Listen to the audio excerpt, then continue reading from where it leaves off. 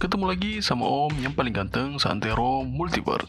Gimana kabar para pecinta Jav yang ada di seluruh multiverse? Masih sering coli pakai sabun mandi saat nonton bokep? Brengsek. Kali ini kita bakal membahas part 1 dari manhwa yang berjudul My School Life Pretending to be a Worthless Person. Manhwa ini bercerita tentang seorang murid di sebuah sekolah yang ada di Korea. Dia ini sering dibully dari siswa yang ada di sekolahnya. Bukan tak ingin melawan karena diperlakukan seperti itu, melainkan dia tak ingin membangunkan sesuatu yang beringas dan psikopat keluar dari dalam dirinya. Kisah ini akan sangat menarik untuk kita bahas, karena kisahnya akan membuat jiwa-jiwa bokep kita jiwa-jiwa psikopat dalam diri kita ikut keluar.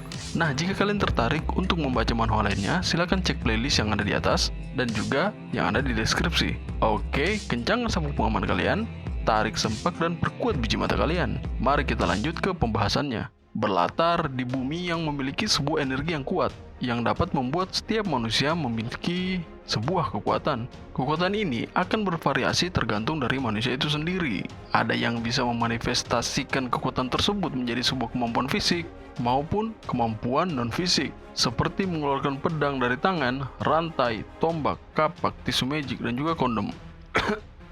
Kekuatan yang dimaksudkan ini bernama Edea, atau biasa disebut dengan sebuah esensi jiwa. Di sebuah sekolah yang ada di salah satu negara Korea yang bernama SMA Pelatihan Khusus Hyundai, sekolah ini menerapkan sebuah sistem militer bagi para siswanya. Hal ini dilakukan agar negara bisa mendapatkan seorang perwira dengan status EDA tertinggi di medan perang. Masih belum diketahui medan perang yang dimaksud di sini itu seperti apa. Di sekolah ini, murid-murid sangat menjunjung tinggi kekuatan dari EDA, dan EDA merupakan segalanya bagi mereka.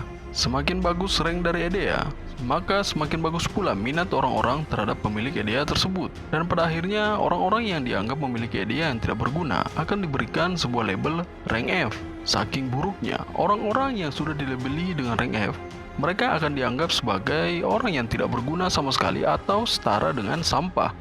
Maka dari itu, selalu timbul hierarki pembulian di antara para murid, di mana bukan hanya murid yang akan menganggap seorang rank F itu beban atau sampah, melainkan guru-guru di sini juga akan beranggapan hal yang sama. Singkat cerita, terlihat murid-murid yang sedang beradu skill EDA. Terlihat dua orang murid yang sedang bertarung. Salah satunya mengeluarkan skill bernama Huge Iron X, dan seorang lainnya mengeluarkan skill bernama Like Tonfa. Mari memperkenalkan dengan orangnya. Dia adalah Lee Dong-hun, seorang pengguna EDA rank C-, dan EDA miliknya adalah non-fisik. Terlihat Lee Dong-hun sedang kewalahan menghadapi serangan kapak dari lawannya tersebut. Dia kemudian berteriak dan memanggil seorang anak culun yang berada di sudut lapangan.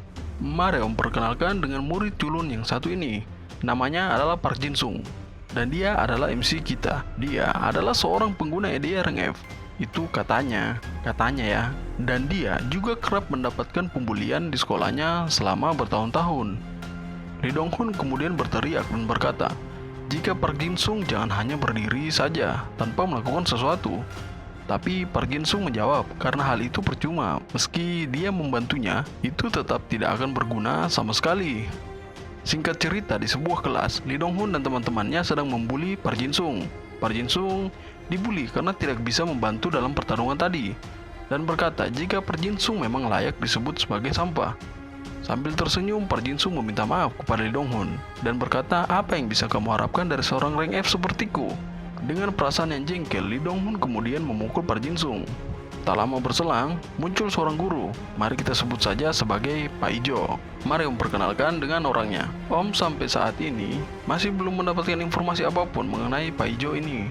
Apakah Pak Ijo adalah seorang pengguna EDA atau bukan? Tapi salah satu yang pasti, jika Pak Ijo ini adalah wali kelas dari Park Jin Sung. Pak Ijo kemudian menjelaskan jika berkat kemampuan dari para siswa tahun ketiga, maka saat ini sekolah mereka akan melakukan perekrutan perwira. Dan seluruh siswa yang ada di kelas tersebut akan diberikan pangkat sesuai dengan rank EDA mereka masing-masing. Dan seluruh siswa yang ada di sekolah tersebut merupakan seorang kemrat. Kemrat di sini bisa diartikan sebagai teman, rekan, atau sekutu. Kata ini berasal dari bahasa Prancis, camarade, atau dari Spanyol, camarada, yang berarti dari bahasa Latin diberi nama kamera, yang berarti bilik atau ruang. Secara spesifik juga bisa diartikan sebagai rekan sesama tentara. Setelah Pak Ijo menjelaskan panjang lebar, seorang siswa kemudian menyela perkataan Pak Ijo. Mari Om perkenalkan dengan orangnya. Dia bernama Byun Gyong. Dia adalah seorang pengguna EDA rank C, dan tipe EDA miliknya adalah non-fisik. Paijo kemudian menjelaskan, jika para guru saat ini akan diangkat menjadi seorang letnan 2 dan menjadi komandan peleton. Maka dari itu, para siswa yang dia wakili harus memanggilnya dengan sebutan komandan. Paijo lalu berkata, jika ada yang tidak setuju dengan usulan ini, maka mereka bisa mengundurkan diri dari sekolah ini, atau bisa mengambil surat pindah ke sekolah lain. Park-Jin-sung kemudian mengangkat tangan dan ingin bertanya kepada Paijo. Akan tetapi, Paijo tidak menggubrisnya dan mengambil sebuah kotak kardus. Kotak itu berisi pangkat dari masing-masing siswa. Paijo bilang jika seluruh murid yang ada di kelasnya yang memiliki rank di bawah rata-rata akan diberikan pangkat perwira. Sedangkan untuk mereka yang memiliki rank EDA yang tinggi akan diberikan rank sersan. Tapi ada satu siswa dari seluruh sekolah yang hanya akan mendapatkan pangkat sebagai tentara pelatihan. Tidak lain tidak bukan dia adalah Park-Jin-sung itu sendiri.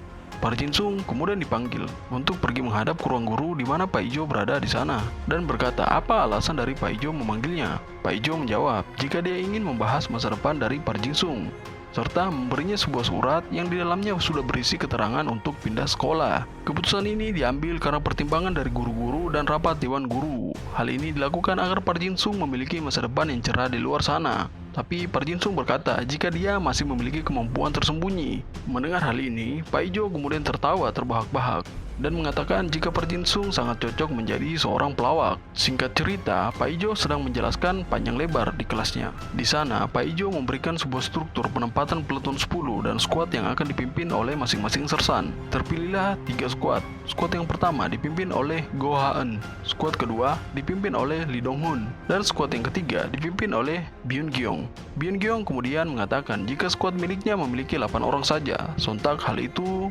membuat orang sekelas tertawa terbahak-bahak karena Park-Jin-sung tidak dimasukkan dalam hitungan skuad yang hadir. Paijo pun tidak mempermasalahkan hal itu dan mengakhiri pertemuan dalam kelas tersebut. Saat ingin keluar kelas, Paijo mengatakan kepada Byun-gyeong jika skuad pertama yang akan melakukan pelatihan adalah skuad ketiga dan skuad ketiga akan melawan peleton pertama skuad 1 dari tahun ketiga. Mendengar hal ini, Byun-gyeong pun terkaget. Paijo mengatakan jika selain dari skuad 3 yang tidak ikut dalam pelatihan harus berada di lapangan dan skuad 3 harus bersiap untuk pelatihan dalam 20 menit ke depan.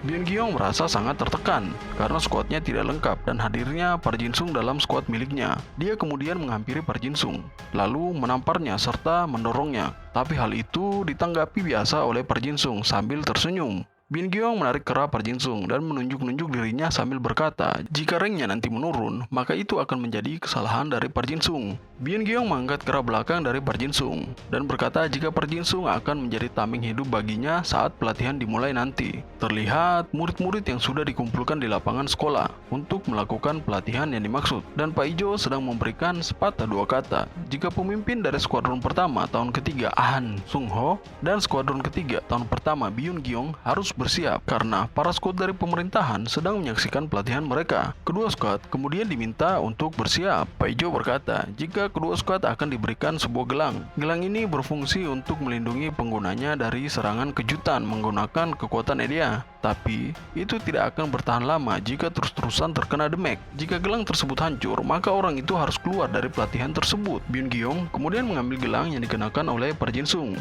dan berkata jika gelang itu harus diamankan karena Park-Jin-sung hanyalah seorang perisai hidup baginya. Para skuad juga diharuskan untuk bertahan setidaknya 5 menit lamanya untuk menjadi pemenang dari pelatihan tersebut. Karena kekurangan orang, maka member dari skuad 3 merasa jika mereka tidak akan bisa memenangkan pelatihan ini. Pelatihan kemudian dimulai. Dan dengan cepat Byun-gyeong menarik Park-Jin-sung ke belakang sembari mengatakan jika mereka hanya perlu bertahan selama 5 menit saja. Karena hal itu, membernya merasa kebingungan karena Byun-gyeong tidak mengatakan apapun mengenai rencana yang harus mereka lakukan. Saat sudah berada di belakang membernya, Byun-gyeong seketika berteriak dan mengatakan jika mereka harus melindungi Byun-gyeong selama 5 menit. Faktanya, karena tidak ada rencana yang matang dari Byun-gyeong selaku squad leader, membernya pun tumbang satu persatu dan gelang mereka diambil. Terlihat salah satu wanita yang dengan gesitnya mengincar Byun-gyeong. Mari om perkenalkan dengan orangnya. Wanita ini bernama Yuje. Byun Gyong yang panik menyuruh Park Jin Sung untuk lebih berguna sebagai seorang tameng hidup. Merasa sedikit kebingungan, Park Jin Sung menoleh ke wali kelasnya, tapi wali kelasnya menunjukkan ekspresi tersenyum. Dengan maksud dari senyuman itu adalah untuk menggambarkan jika Park Jin Sung harus berusaha agar tidak dikeluarkan atau dipindahkan ke sekolah lain. Melihat hal itu, Park Jin Sung dengan lincahnya menghindari serangan dari Yoo Jae dan dengan mudahnya memegang tangannya. Yoo Jae terkaget karena Park Jin Sung bisa dengan mudahnya mengikuti pergerakannya. Yoo Jae dengan cepatnya mengaktifkan idea miliknya yang berupa armor besi yang sangat kokoh. Park Jin Sung tersipu melihat Yoo Jae. Yoo Jae mengatakan jika Park Jin Sung jangan bertingkah seperti orang yang idiot, karena barusan dia bisa bereaksi terhadap kecepatan Yoo Jae. Tapi Park Jin Sung menyela pembicaraannya sembari menunjuk. Dia berkata jika squad leadernya sudah melarikan diri. Kemudian dia memerhatikan jam tangan miliknya yang menunjukkan waktu hanya tersisa 3 menit lagi. Park Jin Sung kemudian berinisiatif untuk mengulur waktu dengan cara membahas hal yang tidak penting. Tapi Yoo Jae berkata jika tujuan dari Park Jin Sung adalah mengulur waktu, maka dia harus mengeluarkan ide miliknya. Park Jin Sung tetap kekeh tidak ingin menunjukkan ide miliknya, tapi karena sudah terdesak, dia kemudian mengeluarkan ide miliknya.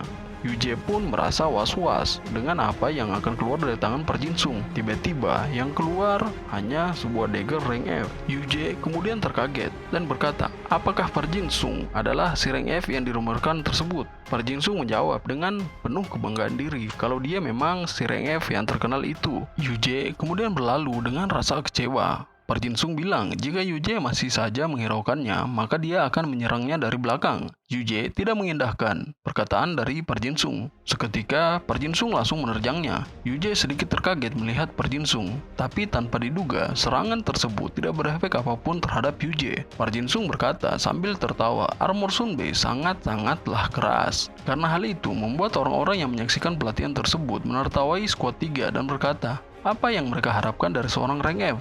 Yoo Jae lantas menganggap hal itu sebagai sebuah candaan belaka. Waktu hanya tersisa 2 menit saja, dan Yoo Jae lalu menghampiri Byun Gyong. Dan hal itu membuat Byun Gyong merasa sedikit terintimidasi. Saat sedang mundur, Byun Gyong menyadari jika dia sedang menginjak sebuah batu yang teramat besar, dan batu itu bisa dia manfaatkan agar bisa mengulur waktu. Byun Gyong lalu bersiap mengeluarkan ide miliknya. Park Jin Sung yang merasa itu berbahaya kemudian memperingati Yoo Jae di sebuah sistem panel yang mengatakan jika ide milik Byun Gyong adalah extract something stuck and swing it. Skill ini bisa digunakan saat pengguna menemukan benda apapun yang tersangkut dan menjadikannya sebuah benda untuk menyerang dengan mengabaikan berat dari benda tersebut. Yoo Jae pun terlihat tak gentar dengan skill yang dikeluarkan oleh Byun Gyong. Byun Gyong yang melihat hal itu langsung melemparkan batu tersebut kepada Yoo Jae.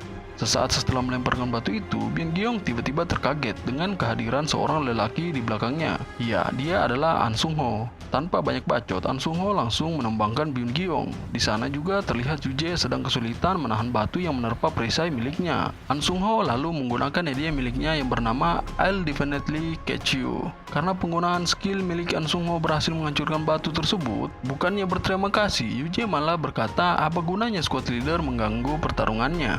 Karena dengan ini akan menjadi peluang baginya untuk membuktikan kelayakan di hadapan orang banyak dan juga para scouts yang hadir.